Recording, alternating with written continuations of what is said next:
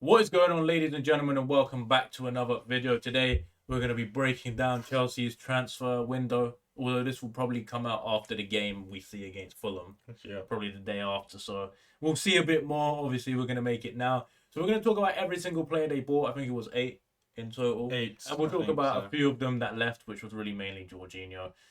Doesn't So change much. let's talk about Jorginho first, actually. I don't think it changes much, especially when they've brought in Enzo Fernandez, who's just better. I mean, he is better than Jorginho. I think that he's been kind of. I think if this was the other way round and he went from Arsenal to Chelsea, people would be shitting on it so hard.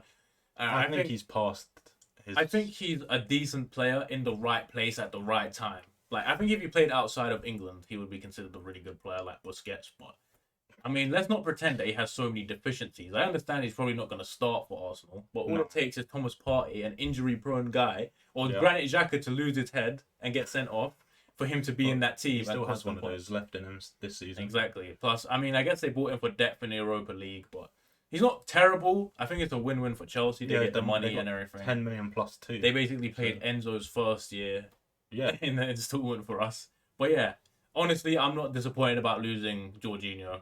I think most Chelsea fans would have been very happy to lose him. I was. Yeah, I was pretty happy. When I saw 10 million, I was like, Yeah, 10 plus Nice. 10 plus 2, and and add-ons. one is if they win the Premier League, and one's if they get Champions League, I think. oh, they'll get Champions League. So. Yeah. Well, yeah, I agree. Anyway, let's get to the more important things. Let's talk about the signing. So we'll start off. We're not going to talk about Nkunku really because he was already signed before. But obviously, I'm excited to see Nkunku next season. We're not going to talk about Malo Gusto that much either because He's not there yet. he's not going to be here until summer. To just give a few points, I think he'll be a good backup to Reece James. He looks Yeah. like a very quick, creative right back. I don't know if he's very good defensively. We'll have to wait and see for that. But still exciting. Only 19 can improve. But we'll get into first and foremost. We'll do it in order. Datro Fofana, David Datro Fofana. Did you know who he was before they bought him? Nope. The only reason I'd heard of Fofana before Chelsea bid for him is because in summer I think Brighton were interested in him, and I saw like somebody tweet it, but I didn't really know who he was. Personally, Yeah. I don't think he's gonna play a lot of minutes. No, he's not. The fact that Aubameyang already gets subbed on before him is a bit worrying. And Havertz just starts. So I and thought- they've got Felix who can also play yeah. in that So position.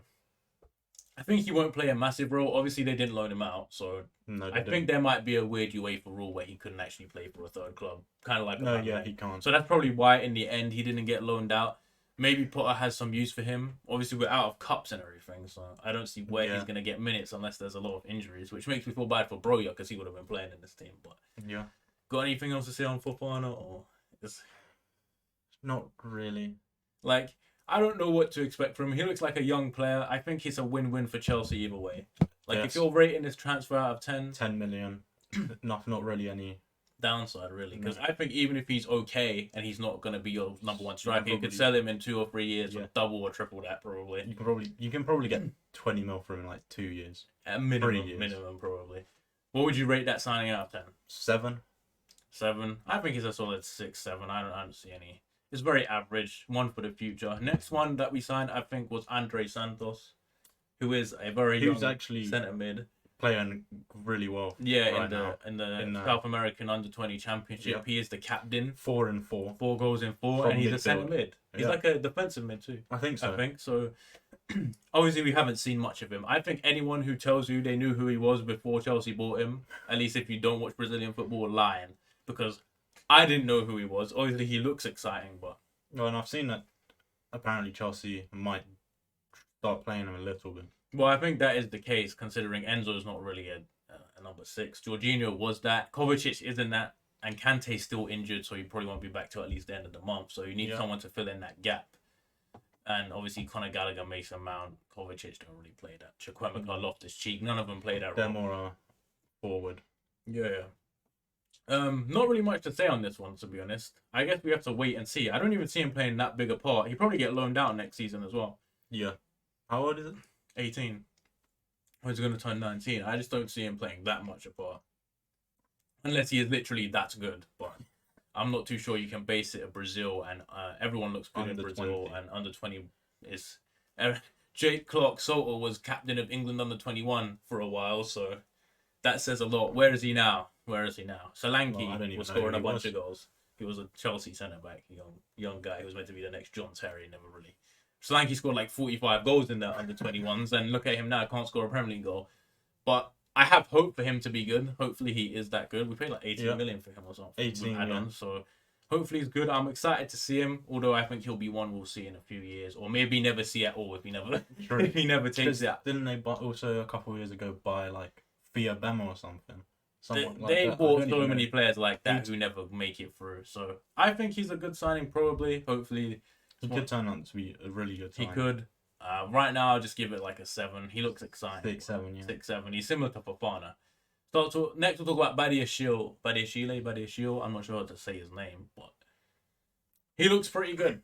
Yeah, I mean, I would be lying if I said I knew who he was before he came Yeah, to Chelsea. I do not keep up with AS Monaco's team anymore. You know, maybe back when they had Falcao and James Rodriguez and Mbappe, but now I don't really know who plays with him except Ben Yedder.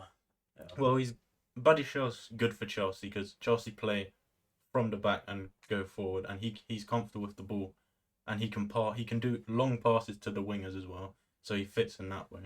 Yeah. Also, he's left-footed, right? Yeah, He's also quite big. Like he's 6'4". Exactly. Thiago Silva's a lot of things, but he's not really that big. Even though he's pretty good in the air, He's really good in there actually. but Badiashile is so big that it's very hard to get Yeah, in he's him. And strong in the air. I think he's probably the best in the air at Chelsea. compared to. I mean, Koulibaly is.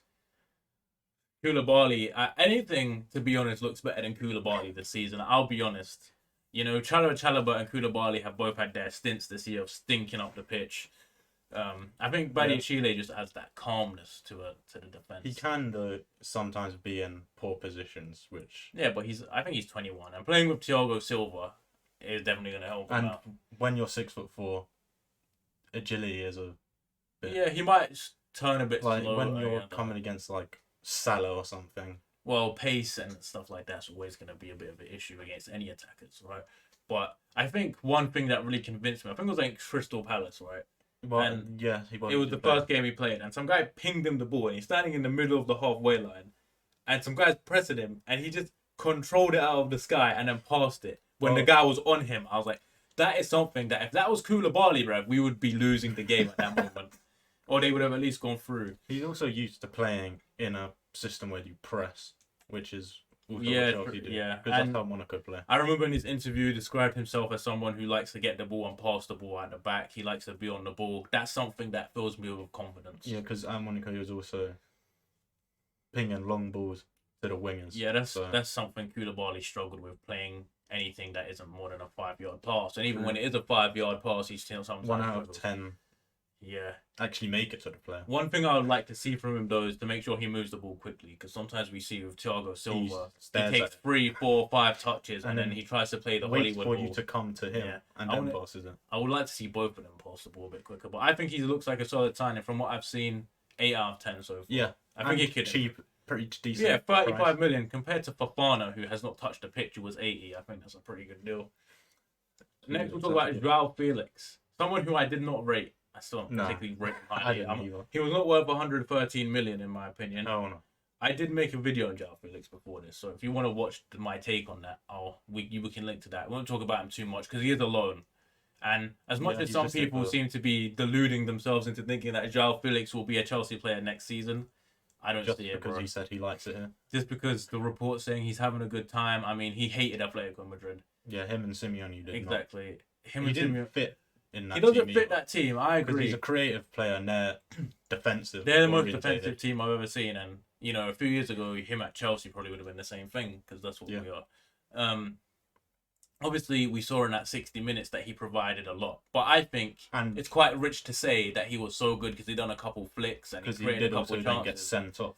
Because when you look at it, it wasn't particularly an amazing performance. When you just compare to the shit that we had, it looks amazing. It's like when you put a clean shoe next to a shoe that's covered in poo.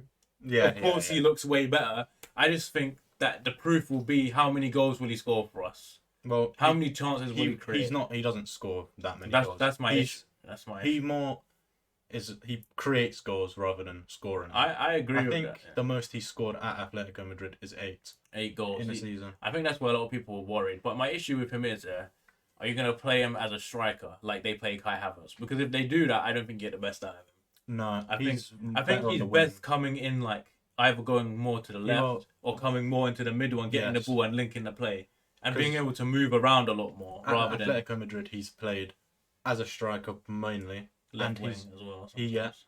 but it was mainly as a striker, and occasionally he'd be in the camera where like Yeah. Mason Mount would be, or Yeah, or or like Mason that. Mount players usually. He's good at getting past players as well, so he can beat the Yeah, he can go past players a lot more ably than Mason Mount or Kai Havertz can, I think, which is a good thing. And when it's in a tight scenario where there's multiple players around him, he can find a pass. Yeah, the he is open guy. composed on the ball. I will say that. The one thing I worry about is his finishing is not the best. No, he's not not. a He goal doesn't scorer. score. He's not a goal scorer. And that is kind of what Chelsea need. I do think though, if they play him in the right position and maybe they do have someone in front of him, he can be effective. He will just if he will create more for Havertz. Just Yeah, well, by the being question is, will Havertz score that? Because we've already seen him miss one against Fulham in like the first minute. I also want to say one last thing. I don't think Chelsea signed this guy if Raheem Sterling don't get injured and Pulisic don't get injured. I think they just done it because they were like, we need a player, we need people, and he was available, and he's obviously got a lot of potential. I think if Chelsea really want to sign him in the summer, they might. But it depends on the price because I don't think he's worth 80 And do they need him? Well, that's the thing. Do they need Or him? maybe they sell. Unless like, Havertz leaves, I someone. don't think they do need him. I think you keep one or the other. You don't need both. And he will be expensive. Yeah, he will be extremely expensive considering they Yeah. paid 113 They'll mil, renewed want his probably contract. about 80 like minimum. I think they'll want 70 to 80 mil, considering what people are paying for players like now. If you're telling me that Caicedo is worth 80 mil, well, Brighton wanted 100. yeah, but that was delusion. He's not even worth 50 in my opinion. Yeah, I don't think so. But yeah, for me, João Felix, because he's only a loan deal, I'm gonna give him a 6.5. I'll give him a 7. A 7 is fair. He has a lot to prove, I think. So And to me, he's not in a system where it's just yeah, he's in a system where he has has no he can have a freedom. bit more freedom. But I also think Enzo Fernandez needs that. I think Havertz needs that. Well, So it could be a bit of an issue we there. can talk about Enzo Fernandez when we get to him. Yeah. But yeah, João Felix, I would be hesitant to say he's going to be really good because I've seen his track record. Yeah. But I think also he's going back on loan. So unless he's scoring you 10 goals in the remaining games, I'm not sure. Unless he lights it up. But I have faith. I have faith. But that's enough about João Felix, man. I'm talking about the loan player too much. Mudryk. I think that's a really good sign. Mudryk. I'm not going to pretend like I wasn't a bit annoyed when I saw that first report of Chelsea paying 100 million. And we didn't get Enzo Fernandez at that time. Yes, that is. And I was like, well, why are we paying 100 million for Mudryk when we could have just spent that on Enzo Fernandez? Which we did But anyway. we ended up getting both. And I think there was a lot of outrage on Twitter for a little bit as well. Yeah.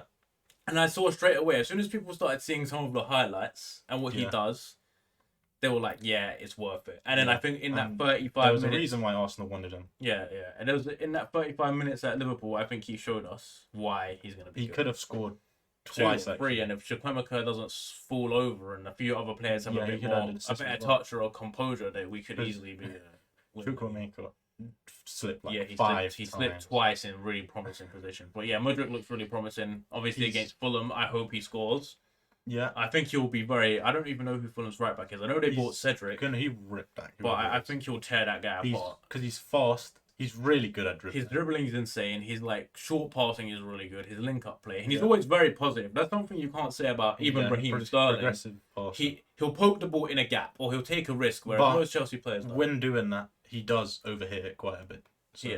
Sometimes you can see that maybe his passing isn't as refined as it should be, he's- and his long passing. He's as like, well. well, his dribbling style is like the opposite of what Hazard was. Who was like the little silk kind of thing. technical His touch. is more explosive pace raw. than Yeah. just hitting past your. I still think he has some silkiness to him. Oh, yeah, no, he's we still- saw against Liverpool.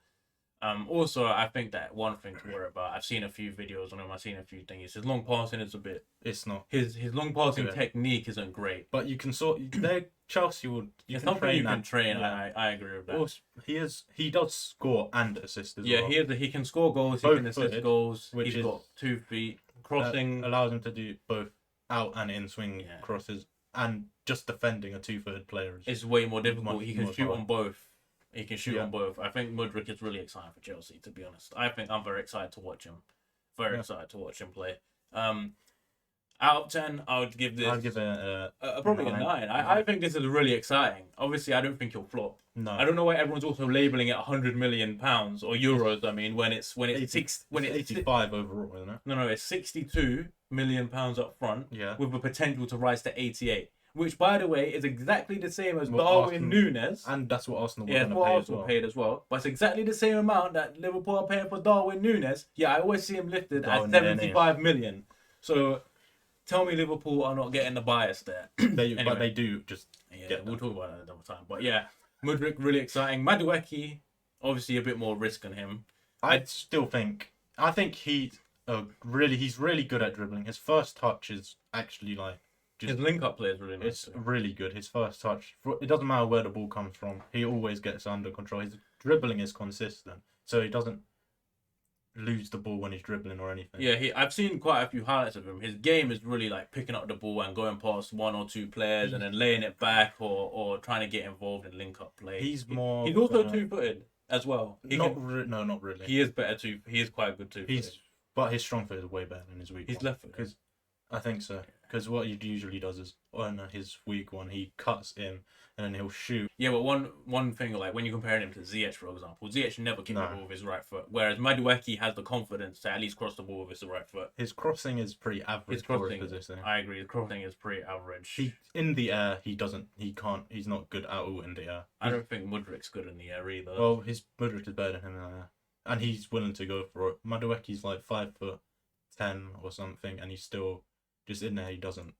I mean, Go fair for enough. anything. Fair enough. That is aerial duels. I don't think as a wing he needs to be aerial. He does have a bit of Rafael Leao as well. Like they kind of similar. He is also like his dribbling completion rate is quite high compared to most wingers What- in just football. One thing So- you would say about that is he played in the Eredivisie, so Yeah. and we haven't seen him in Champions League. Mudryk, you can probably say, well, Yeah. he ripped Real Madrid.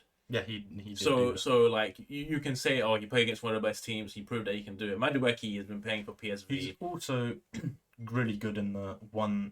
He plays a lot of 1-2s and his quick passing and short with passing. Rich James, Mason Mount really, on that side.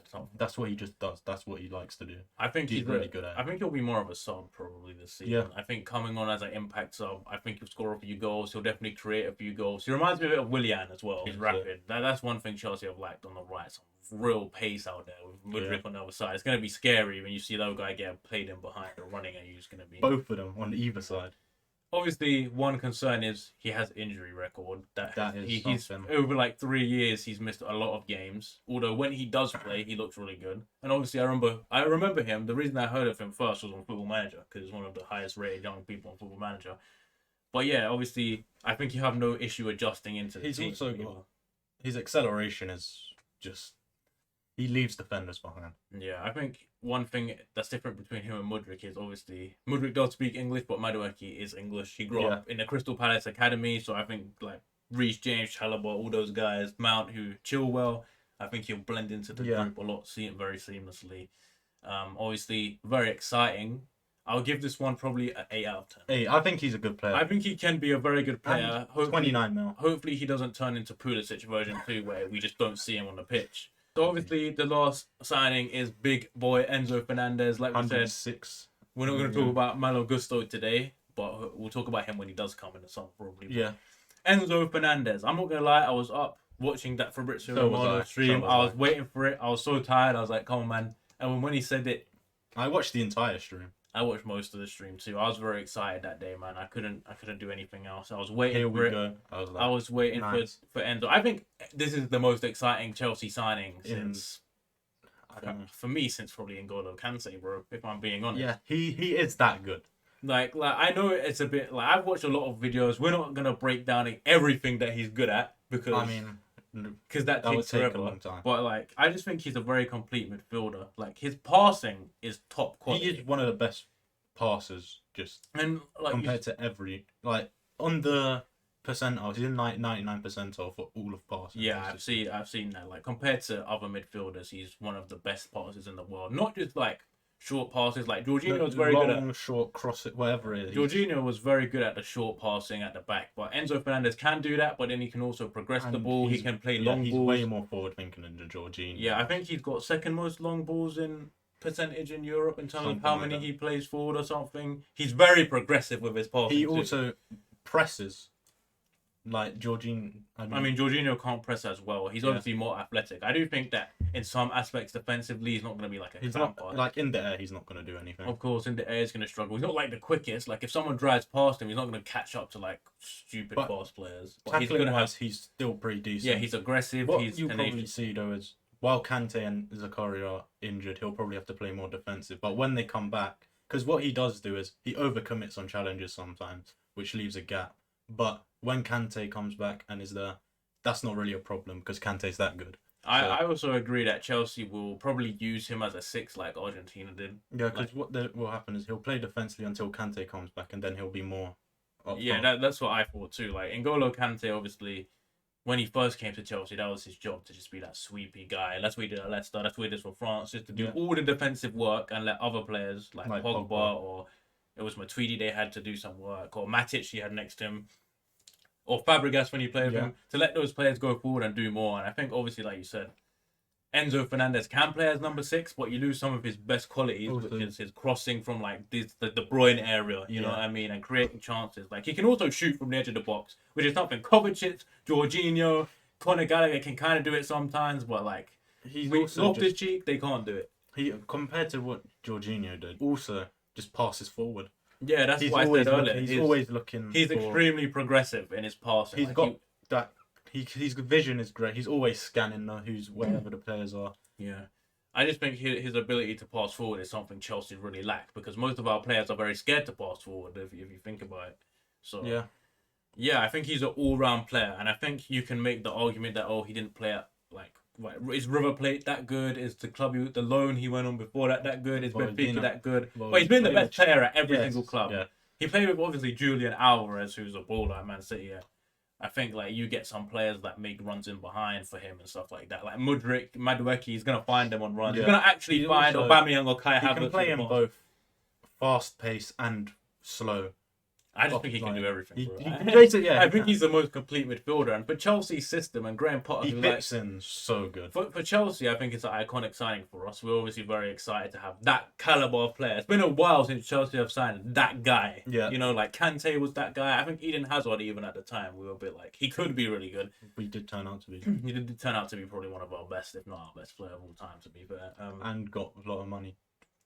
And we For nothing, fleeced basically. Real Madrid on that deal. We kept them for so long, and then we fleeced Real Madrid afterwards as well. That was crazy. But I just think, he's 21 as well. He can only just get better. Yeah, And I think Chelsea did a good thing getting it right now. They're like, yeah. Because you don't want to really compete. and with he other wanted to come to us too, Yeah. because there was option for him to stay on loan, and Chelsea would get to pay teams. less. That's actually one of the bigger reasons why Rui Costa accepted it, because the player was just The player didn't He want to play for can't- he kept Benfica. going, He was like, I want to go to Chelsea. That's exciting, man. Anyone who wants to come to us and actually play, and it's and it's Premier someone of League. that caliber, Yeah. that and is- the owners will pay. and they What- owners can basically pay what they whatever they want. want. If they want to pay, they will. And I think, obviously, with the summer signings, we can only get better in terms of signing a number 6. Obviously, Kante, you can't rely on him too There will much. probably be new signings in the summer. Yeah, there's no guarantee that Kante is going to be that good when he comes back. Yeah. Because he's had so many injuries over the last 2 years. But I think Chelsea will invest in it. Whether it is a Declan Rice, who I'm not the biggest fan I'm of. not really a big. Whether fan it's of it. Edson Alvarez, who also is man. Whether there's quite a lot of defensive midfielders. I think it's an Right. easier position to find. He's more progressive, and I think Chelsea will get. I've seen a lot of there's this guy, the Fika fan guy. I thought his name. Yeah, was, I've Rabona seen TV or something like that. Yeah. and he talks about how Enzo's best position is playing as like an 8 instead of a 6. You get someone behind him, or you play him with someone who's more defensive, and then he can just go and do what Yeah, he because wants. that's what Kante will give it basically when he comes back. Yeah, and I think for Graham Potter as well, the fit for Enzo Fernandez is like almost It's perfect. He basically likes the- players who could do anything and everything on the pitch, and he can play in. He switches up the formation a lot. Yeah, He fits that as well. So I think what you have to do is find him some space and give him the ball, and he'll find he will some cook, sort of bro. pass. Let him cook. And That's he's what I got say. Mudryk. He's got loads of players around him. I who think are that's also been good. Chelsea's biggest problem is, like, we can shit on Lukaku all we want, yeah, but Lukaku was making runs. It's just Yeah. that no one was passing the ball. Aubameyang does make runs, Yeah. it's just no one passing the ball. Havertz does make Mount runs. is not he's not passing forward. Mount- Jorginho was not yeah. really doing that. Jorginho does. That's not his He- game. Kovacic. Enzo Fernandez will do that. Yeah, I hope so. Anyway, Kovacic did try, but he out of 10, would you rate this? 10. 10, I agree. I don't care about the The price. price doesn't matter. To me, it's a 10. I'm excited, bro. I'm getting a shirt For with his today. name on, bro. He might even be playing. Oh, he will play, I think. Who else will play? Kovacic is injured. But yeah, that's our take. If we're ranking these signings on Yeah. terms of best to worst, let's start with our number 8 and go down. So who's the worst signing we made? Which I still think they're all good. I've already said with Fofana. Yeah, He's our least exciting one. even though from what I've I've heard and into seen, he him, looks very good. he looks like a more like well-rounded striker Striker, rather than someone who's really fast or really strong or something. He's Yeah. got all of that. I still think with him, Chelsea will look to go in 7th. We'll go. I think it's fair to say, probably Santos. Maybe, but he's got like high Potential, but that doesn't mean he's gonna be good. Potential doesn't mean anything. Yeah. I think João Felix is probably next. I think he's the unnecessary one that we made out of a bit of a panic. But Yeah, he could be good. I think Malo Gusto addressed the right area for the summer. yeah, he gives Um, competition, and he's just a He's decent, just a really backup good player. right back. If Reece James is injured or And Reece he's, James what is is he, out, like 20 or something. 19, I Yeah, I think our top 2 is easily Mudryk and and Enzo Fernandez. Enzo Fernandez. But there's one thing to be said for hidden impact, because obviously you score goals, you do tricks. Yeah. You can see the impact. I think Badia Shil is the one He's guy only- who's going to have the most hidden impact on the team, where you don't 'Cause- see it, but you just see Chelsea suddenly don't concede as many goals, Yeah. and I think he's going to be that guy. But yeah, that's our breakdown of the transfer window. Hopefully our videos get better over time. You know, Yeah, it's probably a bit scattered, but you guys let us know who's your favorite Chelsea signing of the summer. Enzo Fernandez. I think it's going to be Enzo. There's probably a few that will say Mudryk. A few older Yeah. men that might say someone else, but I think I think it is Enzo just Fernandez is the Fernandez. guy you're most He was the most necessary. He was also the top target of Chelsea exactly during the whole exactly. thing. Bring him in and let him cook. That's what I say. But Yeah. yeah, that's the end of this video. Hopefully you enjoyed. Leave a like, subscribe, all that stuff. We'll see you all in the next video.